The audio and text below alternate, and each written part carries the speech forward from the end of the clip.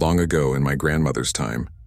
The land was all in bogs, with great pools of black water and creeping trickles of green water and squishy mounds of earth that would suck you in if you stepped on them. Well, my grandmother used to say how in her time, a young girl was once dead and buried in the marshes. If you want, I'll tell you all about it, just as she used to tell me. The moon above would shine and shine, and when it shone, it lit up all the bog pools, so you could walk about almost as safe as in the day. But when the moon didn't shine, then out came the things that dwell in the darkness, and they went about, seeking to do evil and harm and mischance, and mischief to all that weren't safe at home by their fireplaces. Ghosts and ghouls and creeping terrors and crawling horrors. They all came out on nights when the moon didn't shine. Well, it so happened that a girl had to travel across the boglands one night.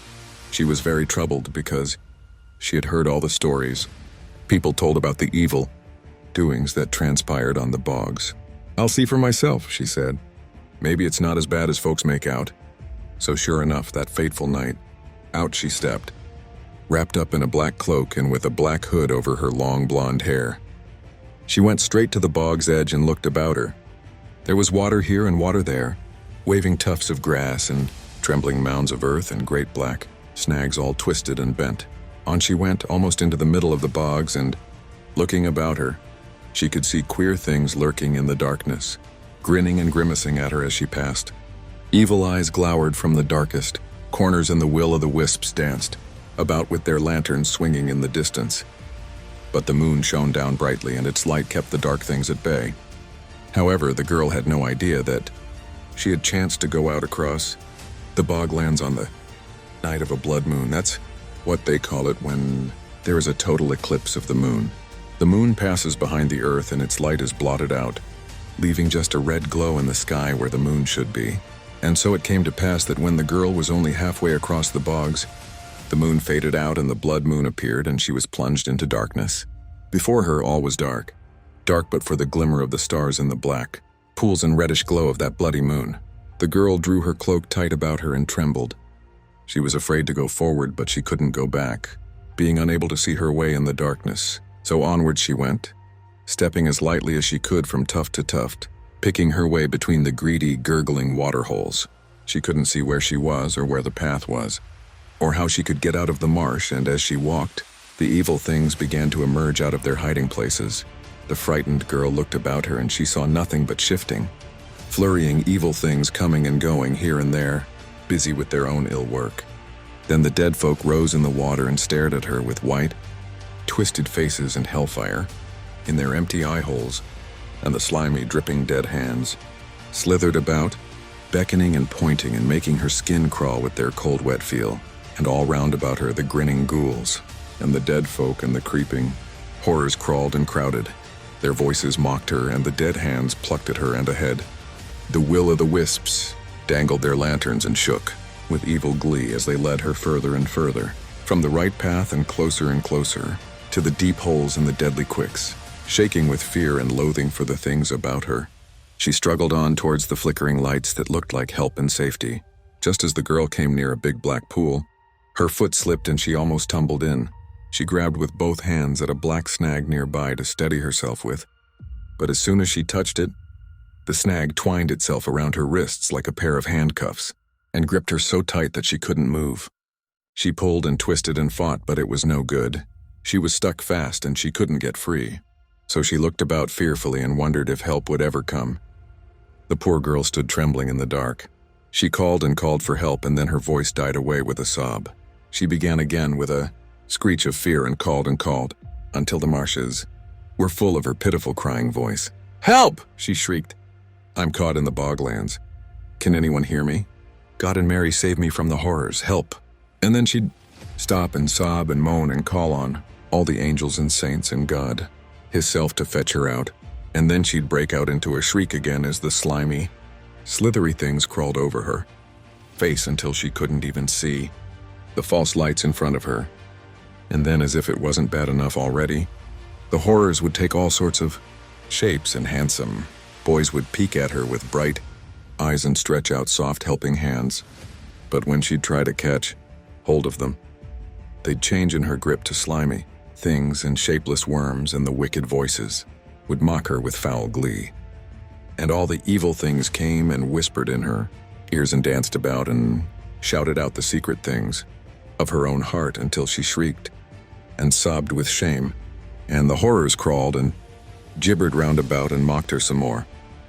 Then she heard footsteps floundering along, squishing in the muck and slipping on the tufts, and through the darkness she saw a white face with wild staring eyes.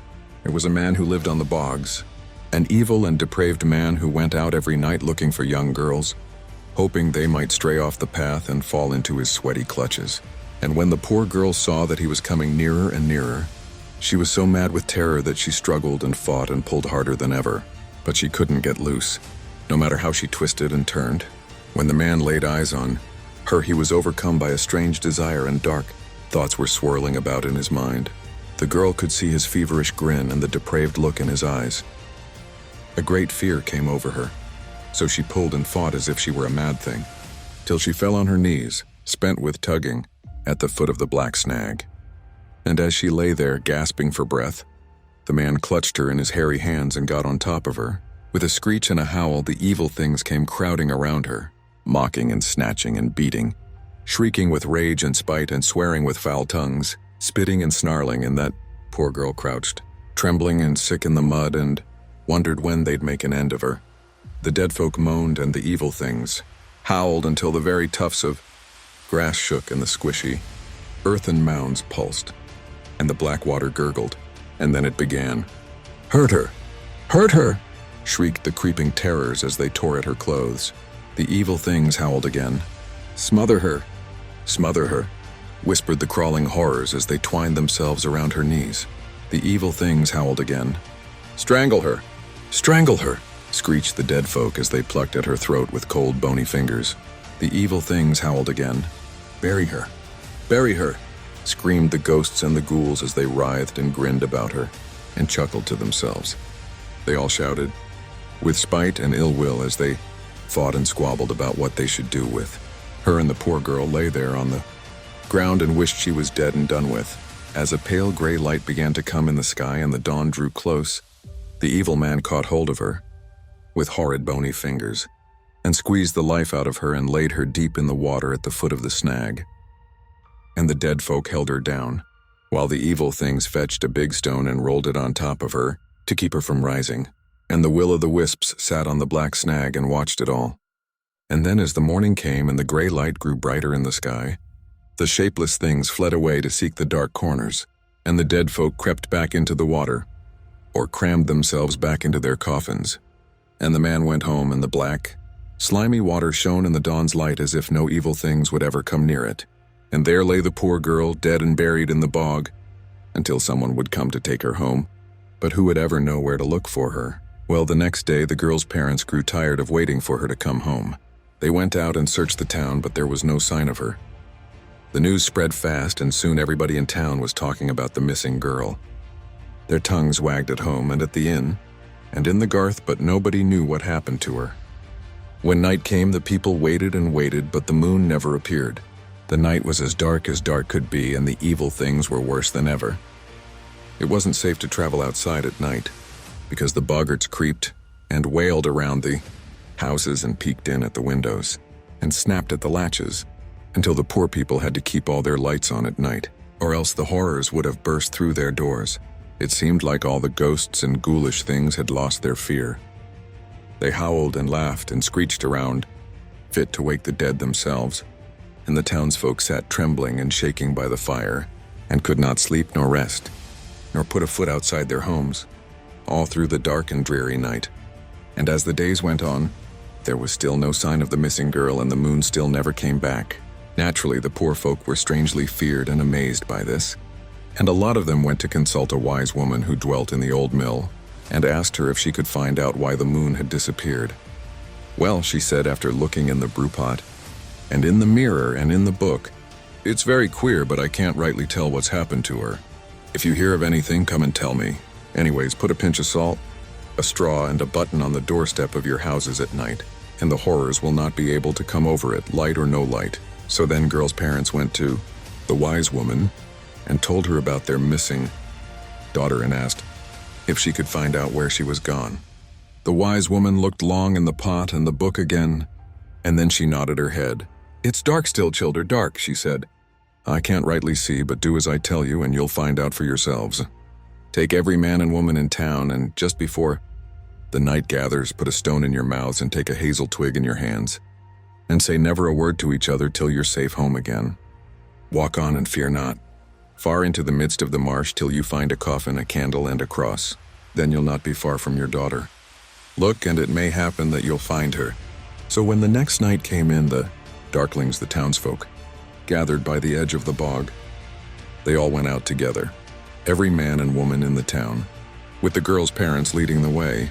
Each of them had a stone in their mouths and a hazel twig in their hands, and they were all feeling, as you might imagine, very afeared and creepy. They stumbled and stuttered along the paths that led into the midst of the bogs. They saw nothing, but they heard the sighings and flutterings in their ears, and felt cold, wet fingers touching them. But they kept their heads and on they went, looking all about them for any sign of a coffin, a candle, and a cross. They came to a black pool of water beside a great, big snag, and all at once they stopped, quaking and amazed and scared, for there was a great big stone lying, half in and half out, of the water, looking for all the world like a strange gray coffin, and at the head of it there was a black snag, stretching out its two arms as if it were a dark, gruesome cross, and on top of it a tiny light flickered just like a dying candle. They all knelt down in the muck and crossed themselves and said, "Our Lord," first forward because of the cross, and then backward to keep off the bogles, but without speaking out loud, for they knew that the evil things would catch them if they didn't do as the wise woman told them. Then they took hold of the big stone and shoved it out of the way, and they saw a strange and beautiful face looking up at them from out of the black water. It was the face of the missing girl. Suddenly a light came so quick and so white and shining that they stepped back in amazement. With that, a great angry wail came from the fleeing horrors, and the very next minute, when they could see again, there was the full moon in the sky, shining down on them more bright than ever, and making the bogs and the paths as clear as day, and stealing into every corner, driving the darkness and the evil things clean away. So parents and the townsfolk went home carrying the dead girl's body between them. Their hearts were heavy, but they were glad they had finally found her. The next day they gave her a decent Christian burial in the village cemetery, and ever since, the moon shines brighter and clearer over the bogs than ever before. I know this story is true, mark my words, because my grandmother herself saw the snag with its two arms, looking for all the world like a great cross in the black, slimy water at its foot, where that poor girl was dead and buried in the bog and the stone nearby that kept her down while the townsfolk sought her and found her and set her loose and put the moon back in the sky again.